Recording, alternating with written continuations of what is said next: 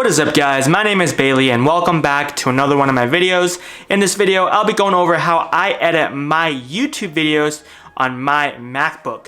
Now, before I jump into this video, if you guys don't just mind smashing that like button for me, because it helps me out a tremendous amount, that'd be greatly appreciated. Now let's go ahead and just jump straight into it. I'm going to jump into my MacBook here and show you guys what software I use and how I use that software to edit the videos that I post to YouTube. So let's just jump right into my computer right now.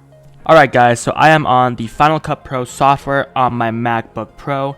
Now, Final Cut Pro unfortunately is only for Apple devices, unless you have a Windows device that is boot camped, or you can run the MacBook software, the iOS. But unfortunately, like I said, it is only for Apple products. So if you don't have an Apple product, you won't be able to use the software. I do have alternatives that you can use. I used to use Sony Vegas. Now that is also a paid program. If you guys want me to do a video on the best paid software, or maybe even the best free software, I can make a video on that telling you guys what my opinion and my recommendations are. Now, the device that I use is a 16-inch 2019 MacBook Pro.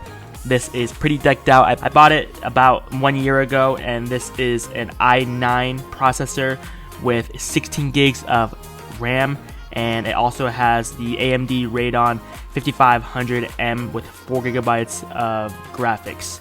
So this machine was pretty decked out. I paid about $3,000 for this machine, and I thought of it as an investment.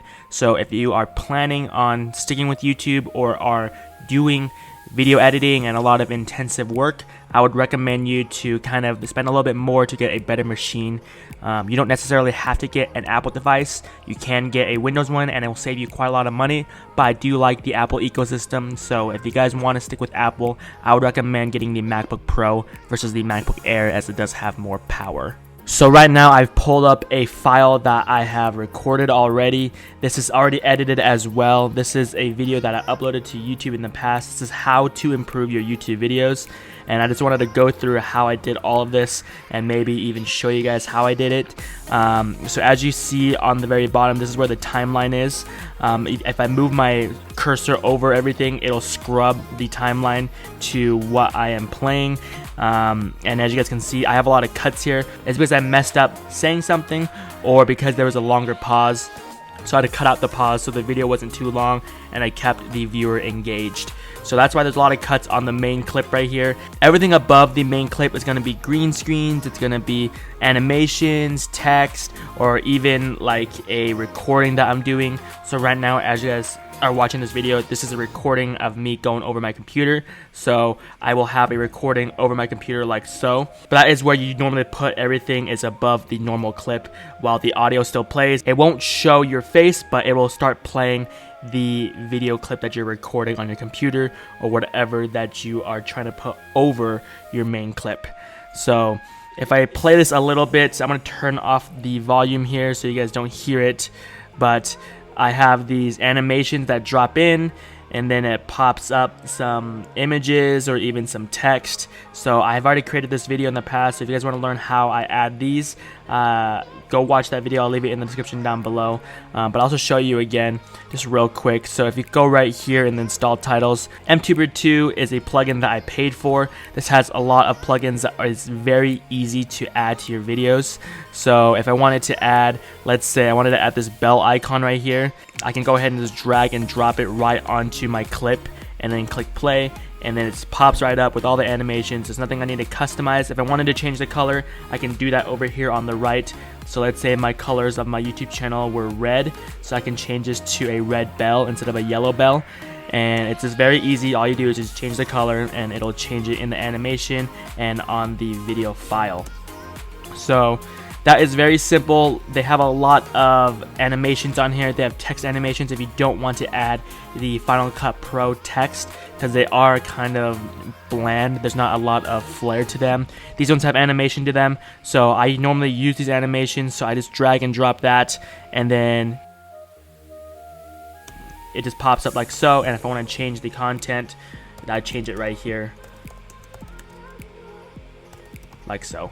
So you can change the text fairly easy. Everything on MTuber 2 is very simple to customize. I'm not affiliated with them. I did pay for that software, so I'm not sponsored or anything. So if you guys want to check it out, like I said, I'll leave the link in the description to that video down below.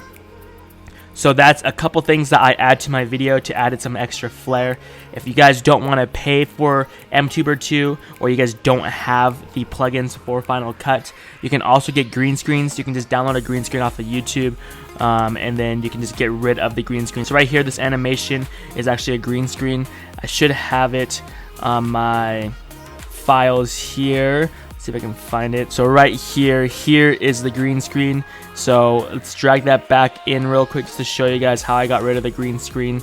So if you play it, it'll pop the green screen up, and then you won't be able to see my face. So what you do is you would come over here to the right, and you would go ahead and click this icon right there. Then you would click keying. So you go to the right and you grab the keyer, you drag and drop that right onto the green screen, and it removes that green screen for you, so you don't have to do anything. So it's very simple to remove these green screens. It does take an extra step or so, but there's not a lot of customizability with green screens as the plugins did. You could change the text, you can change the color. The green screens, you pretty much just remove the green screen, and whatever it is what you'll be using. So if you're tight on a budget, if you're trying to save money, green screens are a great way to start with. That's something that I started with, but that is something that you can do to improve your videos without spending any money at all. And then if you wanted to clip some stuff, if you are using Final Cut Pro, the buttons might be different for you, but my blade tool is selected to B. So if I, let's say, wanted to split it right here, I would click B. And if I wanted to delete this clip right here, I just hit delete, and it deletes the video altogether. I'm going to go ahead and reverse that so I don't mess up my file. And let's delete this right here. So that is pretty much it. And then on the very bottom, I have audio as well. So if I go ahead and I play the video with my audio just to show you guys what it sounds like.